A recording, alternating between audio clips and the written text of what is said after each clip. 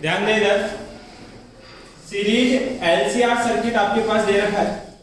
यहां पर हम लोग बेसिकली 3 केस डिस्कस करने वाले हैं।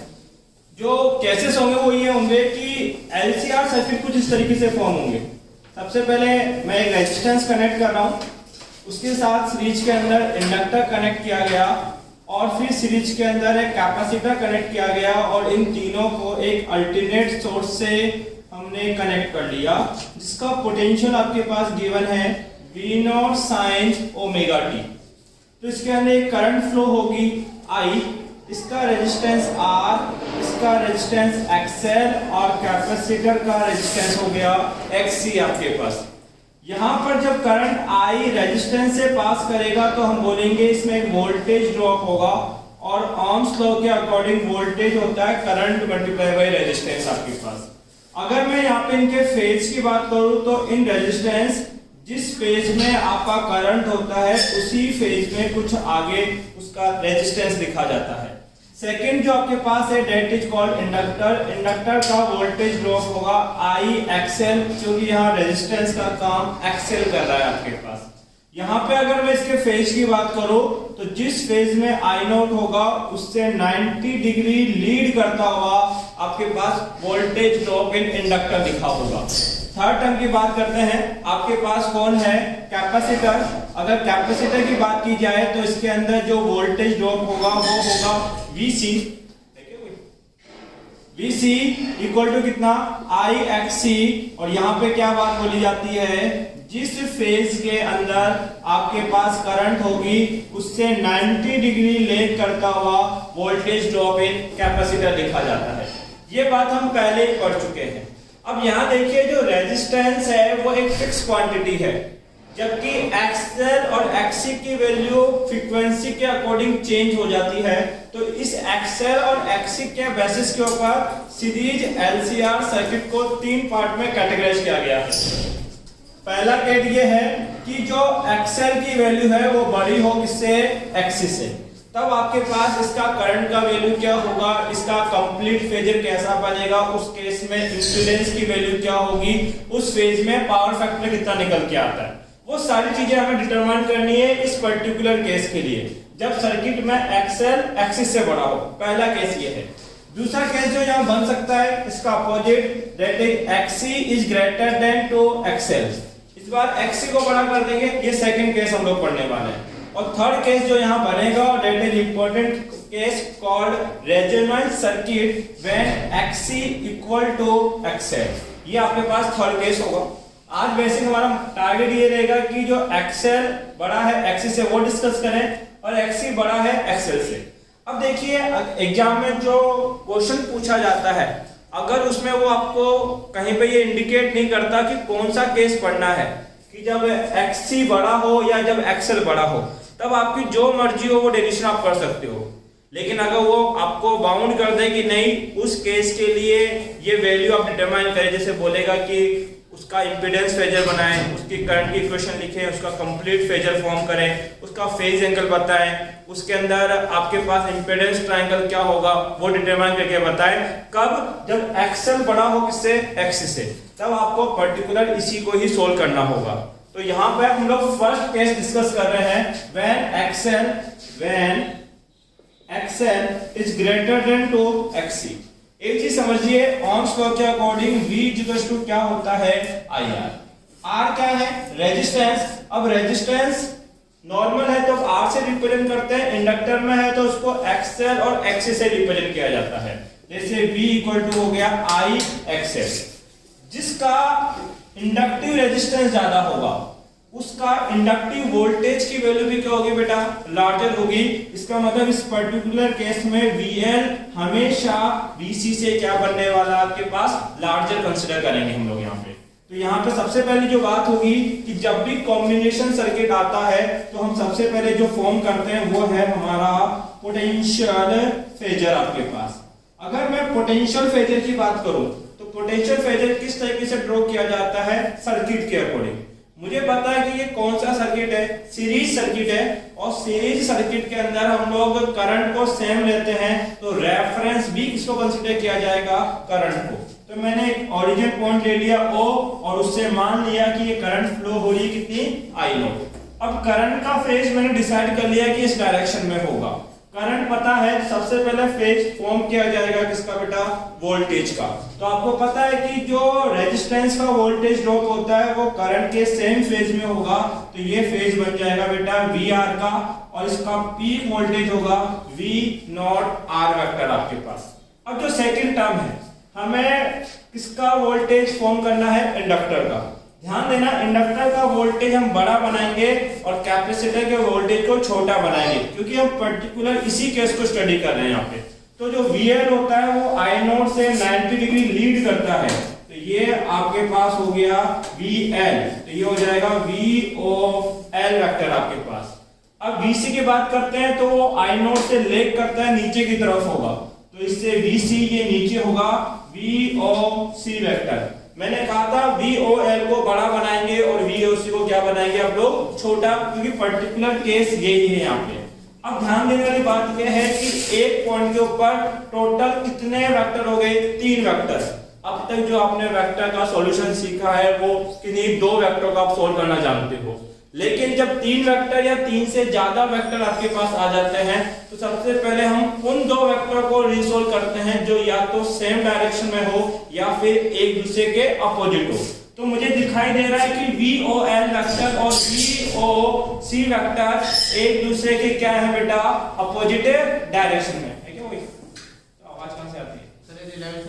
अच्छा देखो, VOL वेक्टर और VOC वेक्टर एक दूसरे क्या है, अपोजिट है। जैसे एक छोटा सा एग्जांपल देता हूं, मान लीजिए ऊपर की तरफ लग रहा है 10 न्यूटन, नीचे लग रहा है आपके पास 4 न्यूटन, तो इसका रिजल्टेंट होगा 6 न्यूटन और वो डायरेक्शन होगी अपवर्ड आपके पास। तो हमने बोला कि ये है 6 न्यूटन इनका रिजल्टेंट और अपवर्ड डायरेक्शन में। सिमिलरली ऊपर जो वेक्टर है वो है VOL वेक्टर, नीचे है VOC वेक्टर, इनका रिजल्टेंट जो होगा वो होगा VOL vector minus of VOC vector. हमने इन 2 वेक्टर को रीसोल्व कर लिया आपके पास, इन दोनों का सॉल्यूशन ये मिलेगा। अब यहाँ पे टोटल 2 ही वेक्टर बचे, एक तो बचा ये जो हमने रिसोल्व करके दिया और एक बचा VOR वेक्टर। अब इन दोनों को रिजल्टेंट बनाना है, तो 2 वेक्टर को रिसोल्व कैसे करते हैं, इस वेक्टर को उठा के एज इट इज इसके ऊपर फॉर्म कर देंगे, डैश और इस वेक्टर को उठा के यहाँ फॉर्म कर देंगे। तो इनका जो डायगोनल होगा वो रिजल्टेंट को शो करेगा और रिजल्टेंट पोटेंशियल है आपके पास V नॉट, तो ये बन जाएगा V not vector. V not और I नॉट के बीच के एंगल को बोला जाता है फेज एंगल, जिसको हम लोग फाई से रिप्रेजेंट करते हैं। अब हमें इसका वेक्टर सम लिखना है, तो वेक्टर सम किस तरीके से लिखते थे हम लोग, वेक्टर सम। तो जो ये V नॉट वेक्टर है ये एक तो VOR वेक्टर प्लस दूसरा कौन है आपके पास, VOL vector minus VOC vector का क्या है, वेक्टर सम है।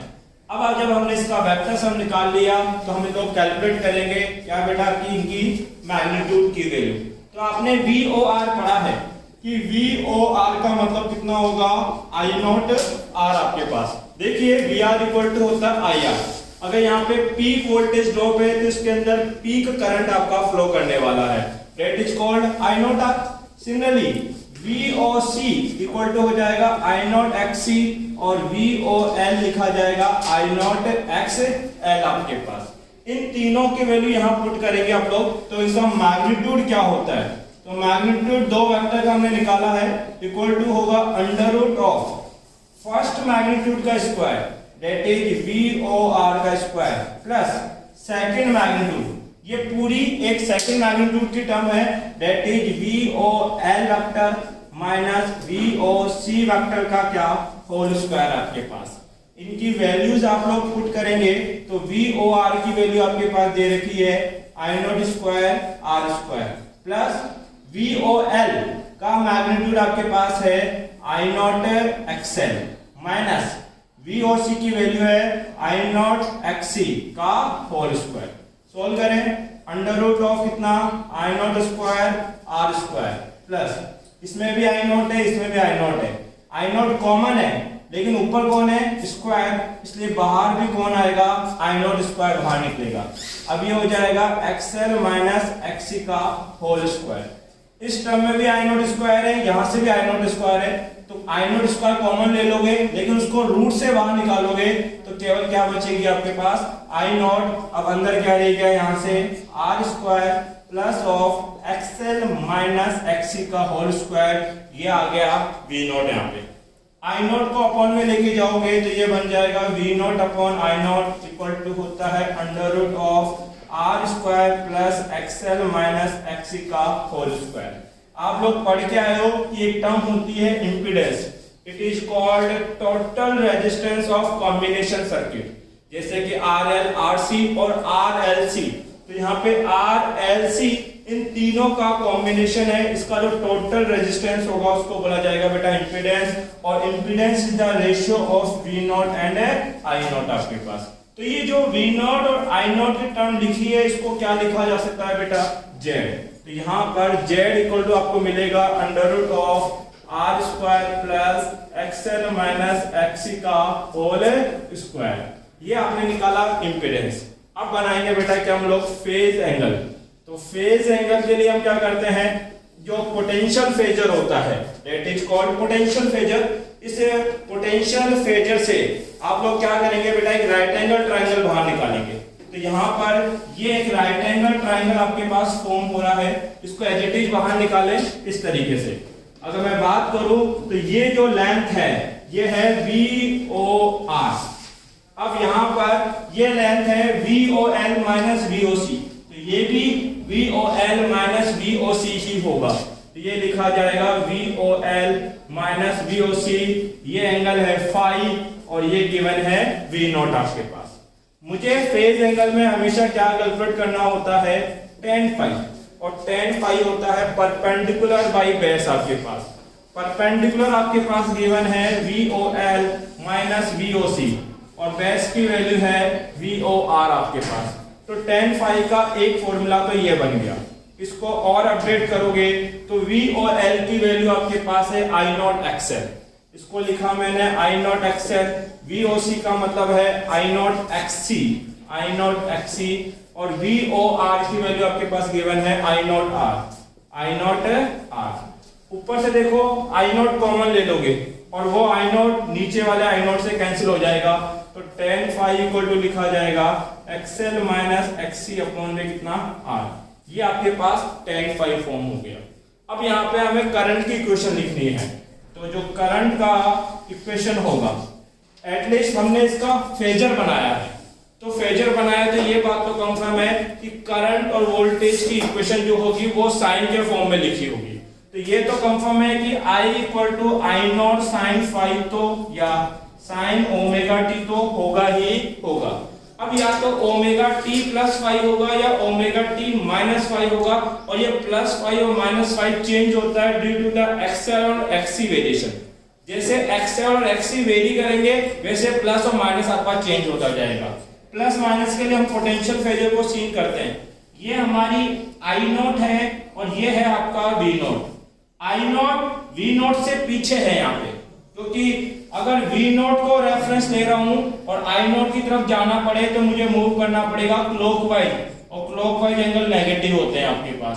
तो हमने बोला I नॉट V नॉट से लेग कर रहा है कितना एंगल, फाई एंगल, इसलिए यहाँ लिखा जाएगा ओमेगा टी माइनस का फाई। ये तो बनी क्या आपकी करंट इक्वेशन। अब क्या फॉर्म करेंगे हम इसका इंपीडेंस ट्रायंगल। तो इंपीडेंस फेजर के लिए एक बात बोली थी कि जिस फेज में वोल्टेज होता है उसी फेज में उसका रेजिस्टेंस का भी वैल्यू होगी। इसका मतलब ये किसका फेज है, VOR, voltage drop in resistance, तो इसी डायरेक्शन में रेजिस्टेंस भी होगा, बना दे।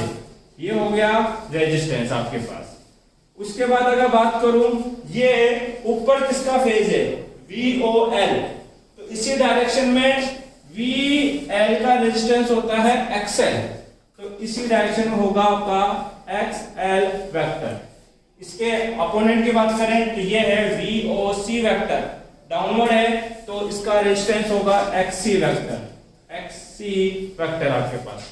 अब देखो फिर से एक पॉइंट के ऊपर कितने वेक्टर आ गए, तीन को रिसोल्व कैसे करेंगे, पहले जो सेम या अपोजिट डायरेक्शन में है उनको सोल्व करते हैं।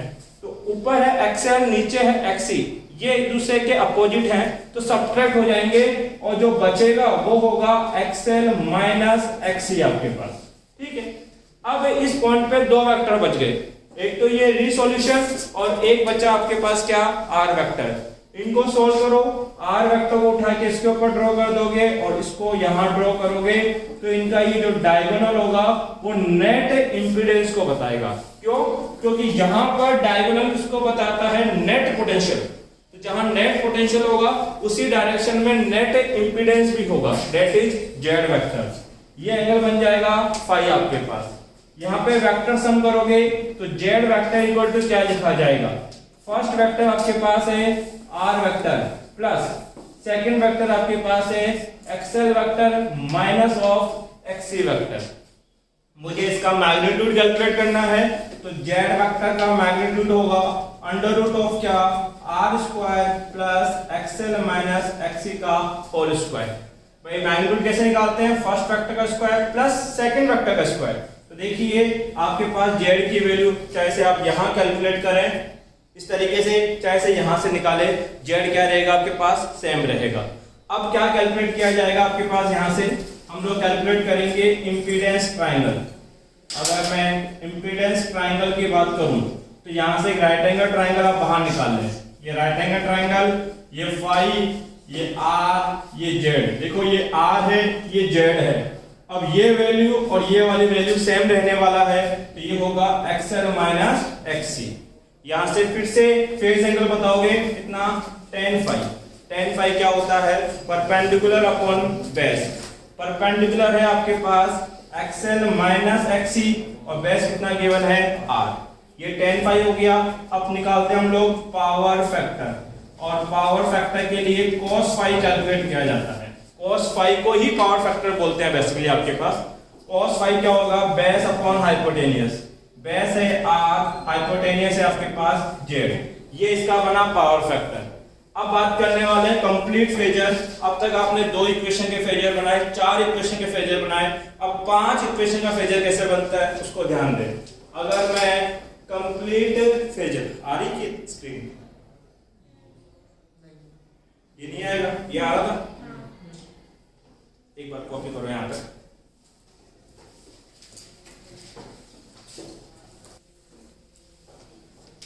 ध्यान दें, यहाँ पे बात करते हैं बेटा कंप्लीट फेजर की। तो फेजर बनाने के लिए सबसे पहले आपको वोल्टेज और करंट की इक्वेशन की रिक्वायरमेंट पड़ेगी। तो जो नेट वोल्टेज आपने प्रोवाइड किया था that is V naught sine omega t, V equal to V naught sine omega t, और करंट की इक्वेशन आपको मिली थी कितनी, I naught sine of omega t minus of five. अब ये ही करंट किसके अंदर फ्लो हो रहा है आपके पास, रेजिस्टेंस के अंदर। तो उसके अंदर एक वोल्टेज जो हुआ था डेट इज वी आर, और वी आर की वैल्यू आपके पास थी आई आर, जहां पे आई हम लोग निकाल चुके हैं। अमाउंट था I naught sine omega t minus five multiply में क्या आपके पास आर। सिमिलरली वी सी या वी एल इक्वल टू लिखा गया है आई एक्सएल, और आई का अमाउंट है I naught sine omega t minus five of XL. और इसी तरीके से आपके पास है वी सी इक्वल टू है I XC equal to I naught sine omega t minus five of कितना, एक्सी आपके पास गिवन है। अब यहाँ पे वोल्टेज करंट के टोटल 5 इक्वेशन है, और पांचों इक्वेशन फेजर बनने लायक है, क्योंकि हम 2 ही चीजें चेक करते हैं। एक तो सारी इक्वेशन पॉजिटिव होनी चाहिए जो कि पॉजिटिव गिवन है, और दूसरा सारे इक्वेशन साइन के टर्म में लिखे होने चाहिए, तो लिखे गए हैं आपके पास। अब जो फेजर फॉर्म होते हैं वो फॉर्म होते हैं एक्स वाई प्लेन के अंदर।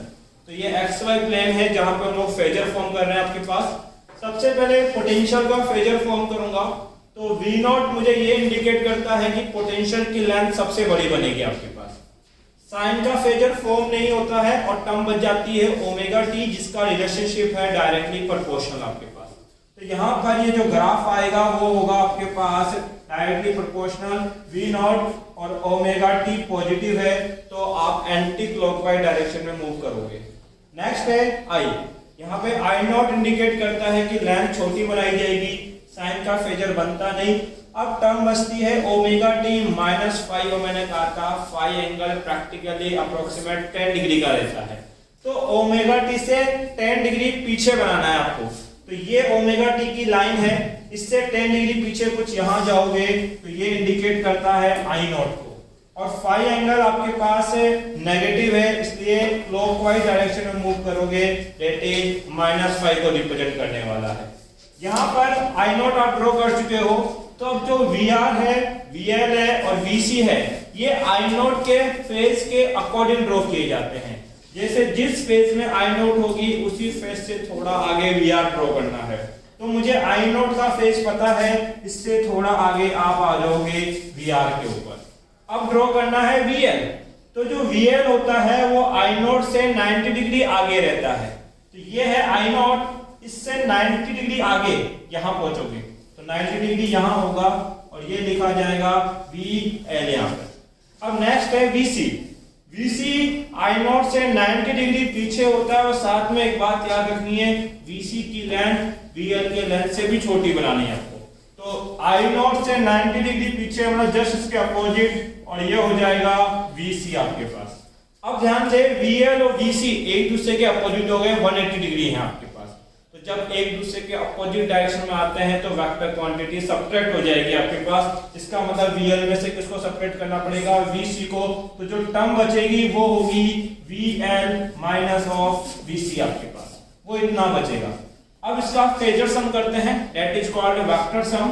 तो आपने वेक्टर सम क्या लिखा था कि V नॉट वेक्टर को ऐड करना है एक तो VR के साथ, तो ये रहा V नॉट, ये रहा VR, इसको आपस में ऐड कर देंगे। दूसरा V नॉट को ऐड करना है VOL माइनस VOC, मतलब L माइनस C से, तो ये है L माइनस C की लाइन, इसको आप ऐड करोगे इसके साथ V नॉट के साथ। यहां से मैं एंगल बना देता हूं, ये एंगल था π/2 और यहां से ये एंगल था π/2। ये इसका बन गया क्या, कंप्लीट फेजर।